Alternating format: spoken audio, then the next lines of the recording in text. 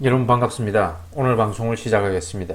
오늘 방송할 내용은 타이거 미국채 10년 선물, 이거는 환노출이래요. 그리고 이게 미국 직투 중기채 IEF 블랙락에서 운영하는 채권 ETF죠, 그죠? 이 성격이 비슷한 요 둘을 한번 비교해 볼까요? 자, 일단 누적 수익률 면에서는 타이거 미국채 10년 선물이 이깁니다. 자, 누적 수익률 면에서입니다. 그러나 이제 그 선물이니까 배당이 없겠죠. 그리고 운용 보수가 더 비싸겠죠. 그리고 이제 환차 손익을 고려하면 IEF가 이깁니다. 자, 미국채 10년 선물은 상장 기간이 1.75년 정도 됐어요. 그래서 그 기간 동안에만 비교해 볼 겁니다. 그 기간 동안에만 데이터가 있기 때문에 타이거 미국채 10년 선물하고 IEF하고 비교를 해볼 건데, 동일한 코덱스, 삼성 자산운용사에서 운용하는 코덱스 미국채 10년 선물 역시 환노출인데, 그거는 설정 금액이 너무 적어요. 약 50억 정도밖에 안 됩니다. 그런데 이제 이 미국채 10년 선물은 500억 정도는 되니까 뭐 여러분이 투자하시기에 적당합니다.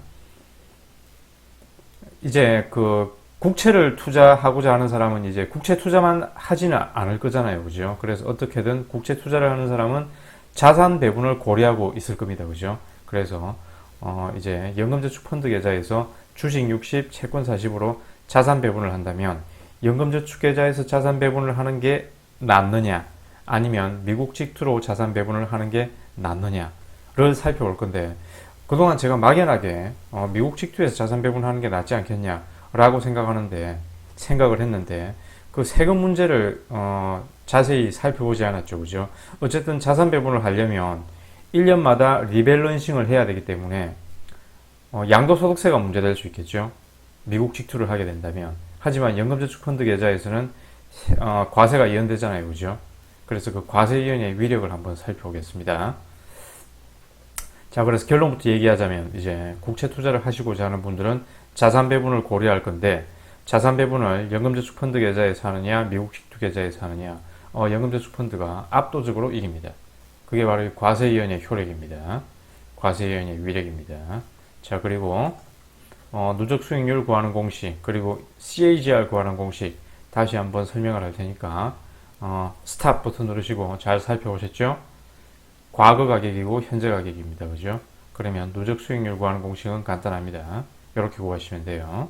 이렇게 구하시면 되고, 이 누적 수익률에서 CAGR 구하는 공식은 1 플러스 누적 수익률 0.2804겠죠? 0.2804 엑스포넨셜 1 나누기 투자 년수 빼기 1 하시면 요 값이 나옵니다. 그리고 누적 CAGR 구하는 공식은 바로 그냥 현재 자산 나누기 과거 자산 엑스포넨셜 이렇게 하셔가지고 바로 구하셔도 돼요. 자, 정리되셨죠? 그럼 이제 엑셀 시트로 가서 살펴보겠습니다.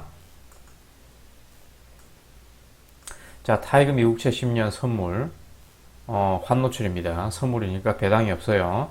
그리고 IEF는 배당이 있습니다. 요 기간 동안 1.75년. 타이거 미국채 10년 선물이 2018년 8월 30일에 상장됐거든요. 비슷한 코덱스 미국채 10년 선물도 비슷한 시기에 상장됐어요. 그래서 상장 기간이 짧습니다. 자, 일단 가격 변화가 요 기간 동안 요랬고 IEF는 요랬습니다. 그래서 누적 수익률을 구하면 타이거 미국채 10년 선물이 압도적으로 누적 수익률은 좋은데 IEF보다 좋은데, 그래서 누적 수익률에서 CAGR을 구하면 요렇고 그리고 실질적인 CAGR은 이제 이 실질적인 CAGR이 뭐냐, 이 CAGR에서 운용보수를 빼줘야 되겠죠, 그죠? 그리고 IEF 같은 경우에는 운용보수 빼주고 배당 더해야 되겠죠. 배당을 더하면 실질적인 CAGR은 이렇습니다. 아직까지는 약 3% 차이가 나지만, 요 타이거 미국채 누적 수익률, 요 누적 수익률에는 그동안 환차익이 7.98% 있었거든요. 이 값이 포함되어 있는 값입니다, 그죠? 이 환노출이니까 환율 상승을 그대로 반영했을 거 아니에요, 그죠? 그래서 IEF에도 이제 환차익을 고려해 볼까요? IEF에도 환차익을 고려해 가지고 요 기간 동안 환율 상승분을 포함시키면 26.31%가 누적 수익률이에요.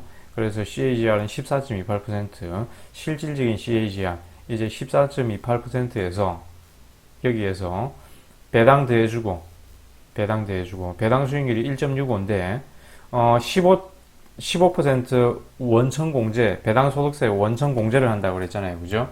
그래서 실질 배당률은 1.4%예요. 그죠?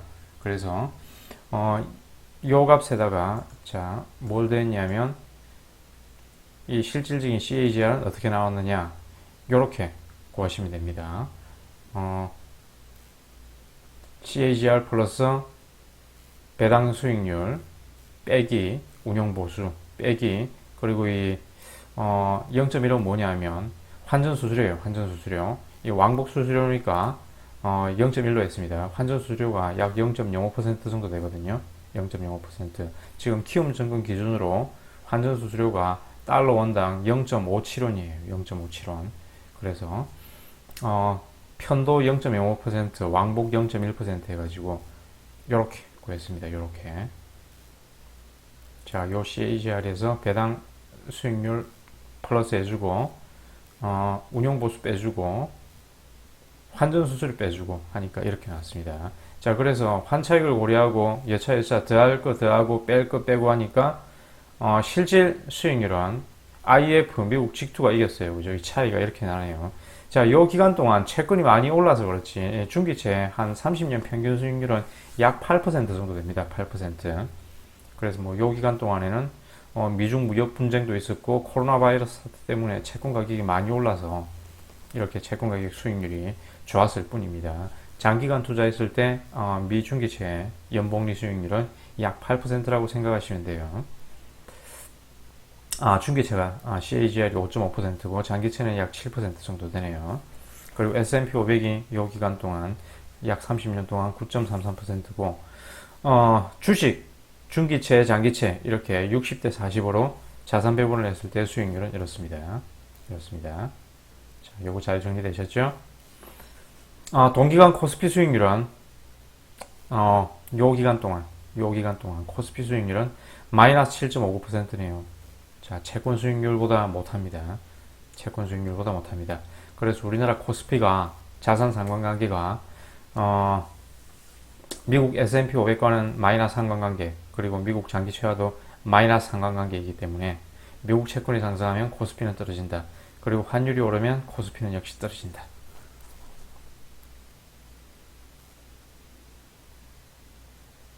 자, 동기간 코스피 수익률은 마이너스 7.59%입니다. 그죠? 마이너스 7.59%. 자, 그럼 이제 이 내용을 이제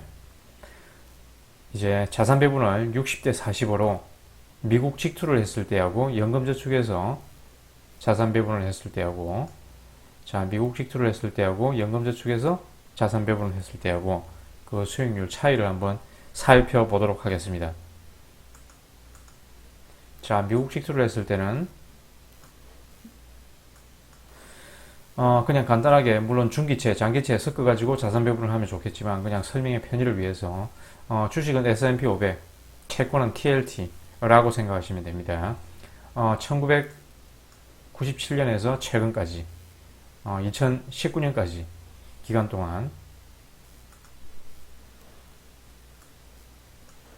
자, 요 기간 동안 1997년에서 2020년 동안 미국 주식 S&P 500 그리고 장기채입니다. 60대 40으로 포트폴리오 비주얼라이저에서 백테스트를 했을 때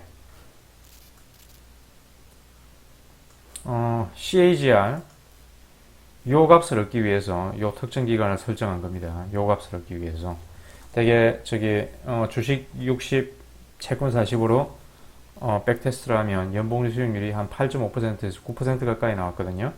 그래서 요 값을 얻기 위해서 요 기간 동안 요 기간을 설정해서 백테스트를 했습니다. 자, 그러면 이제 연수익률을 볼까요? 연수익률을 보면 이 포트폴리오 전체의 토탈 리턴은 1997년에서 2019년까지 이제 연수익률이 이렇게 쭉 나오죠. 그죠? 자, 그리고 개별 자산 공간의 이 수익률은 자, 이렇게 나왔습니다. 이렇게. 자, 이걸 복사해 가지고 엑셀 창에 그대로 붙여놓은 게 이겁니다. 자, 자산 배분을 이제 1억 가지고 할 거예요. 1억 가지고. 그래서 S&P 500에 6천만원, TLT에 4천만원, 자, 이제 미국 주식은 이제 1년마다 이렇게 리밸런싱을 할 때 세금이 발생할 수 있겠죠. 세금이. 자, 세금 양도소득세 22%입니다. 자, 이 엑셀 시트를 어떻게 해석하느냐. 자, S&P 500의 1997년의 수익은 33.19%고 TLT의 수익은 13.9%. 이 해에는 주식도 오르고 채권도 올랐네요. 그래서 60대 40으로 이렇게 이제 투자를 했는데, 자, 60대 40으로 투자를 해가지고 주식에서는 이렇게 수익률을 거두고, 자, 채권에서는 이렇게 수익률을 거뒀습니다. 자, 요 금액 곱하기 요거. 자, 이 공식 보이시죠? 요 6천만 원 곱하기 1 플러스 요 수익률 하시면 돼요. 요 수익률. 자, 정리됐죠? 정리됐죠? 그래서 이제 요 합계가 이제 1억 2,500만 원이 됐는데, 이제 리밸런싱을 해야 될 거 아니에요. 그죠? 자, 요 금액을 다시 6대4로 맞춰줘야 됩니다. 그죠? 근데 요 금액을 6대4로 맞추다 보니까, 자, 주식에는 이제 7,500만 원 투자하고 채권에는 5천만 원 투자해야 돼요. 그죠? 6대4로 맞추려면. 그러면 주식에서는 이제 양도 차익이 발생했죠. 시세 차익이 발생했습니다. 그래서 세금을 요렇게 계산해 주셔야 돼요. 요렇게. 자, 요 세금을 요거 빼기 요거 그리고 기본공제 250만원 곱하기 22% 하면, 자, 첫 해에는 1997년에는 요 세금은 이제 1998년 5월에 양도소득세 신고 납부를 해야 되잖아요. 그죠? 그래서 요 금액은 따로 빼놔야 됩니다. 46만 8천 원은 따로 빼두셔야 돼요. 그래서 요 금액을 따로 빼두셔야 되니까, 요 1억 2,500만 원에서 이제 요 금액 빼면 1억 2,500만 원, 1억 2,500만 5,488원이 되네요. 그죠? 그래서 리밸런싱을 다시 한번 해주셔야 돼요. 리밸런싱을 이제 이 세금을 뺀 금액에서 리밸런싱을 하면 주식 60, 채권 40원 이렇게 됩니다. 자, 여기까지 정리됐죠? 스탑 하시고 다시 한번 이 엑셀 시트를 차분히 한번 살펴보세요.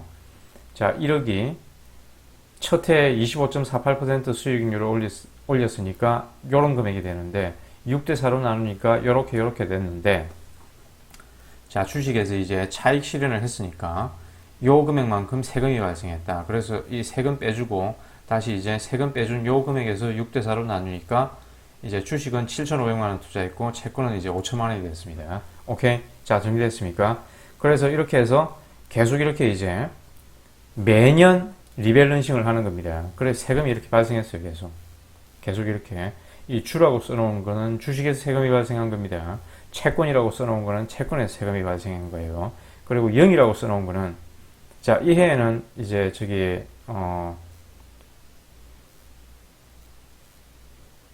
자, 이 2004년에는 주식에서는 수익이 조금 발생해가지고 소득공제 250만 원을 받으니까 세금 낼 게 없었어요. 그래서 그냥 0원이 됐습니다. 0원. 이 해에도 마찬가지입니다. 이 해에도 채권에서 수익이 발생했지만 소득공제 250만 원 받으니까 세금 낼 게 없었습니다. 자, 그렇게 쭉쭉쭉쭉 해서 2019년까지, 자, 2019년까지 결과값을 계산해 보면 1억 투자했는데 2019년까지 최종 금액은 5억 6,600만 원이 됐습니다. 납부한 세금은 4천만 원이에요. 자, 연금저축에서 하면 이 4천만 원 세금을 납부하지 않을 거 아닙니까? 그죠? 그리고 계속 이 금액만큼 과세 이연이 되니까 그대로 재투자를 할 수 있겠죠. 그대로 이제 재투자를 할 수 있는데, 그 재투자한 결과가, 자, 연금저축에서 이제 6대4 자산 배분으로 리밸런싱을 하면, 일단 결과값을 볼까요? 자, 연금저축에서는 최종 자산이 6억 7천만 원이 됐습니다. 미국 직투에서는 5억 6,600만 원이 됐는데 약 차익이 1억 정도 차익이 생기네요. 그죠? 그래서 연금저축이 과세 이연 효과 때문에 압도적으로 미국 직투에서 자산 배분을 하는 것보다 실적이 좋네요. 그죠?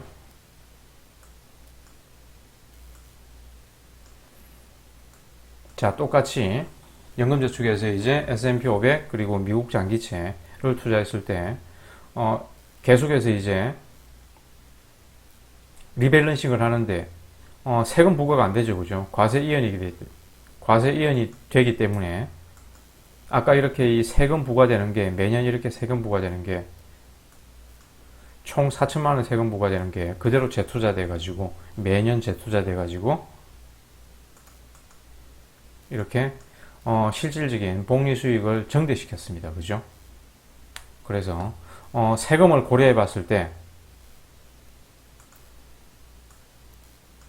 자, 과세이연의 효과로 자산 배분을 연금저축 펀드 계좌에 사느냐 미국식 투 계좌에 사느냐, 역시 연금저축 펀드 계좌가 압도적으로 미국식 투 계좌를 이기네요. 이 과세이연의 효과 때문입니다. 그죠? 그러면 미국식 투는 왜 하느냐? 좋은 개별 종목이 많기 때문이죠. 그죠? 그리고 연금저축 펀드에서는 살 수 없는 다른 수익률 좋은 ETF들도 많고, 그래서 미국식 투 계좌를 하신다면 좋은 개별 종목이나 여러분이 뭐 염두에 두고 계시는 좋은 개별 종목이나 연금저축 펀드 계좌에서 살 수 없는 미국 3대 지수 외에 수익률 좋은 ETF 매매를 고려해 보시면 되겠다. 이상 오늘의 동영상을 마치겠습니다. 시청해 주셔서 감사합니다.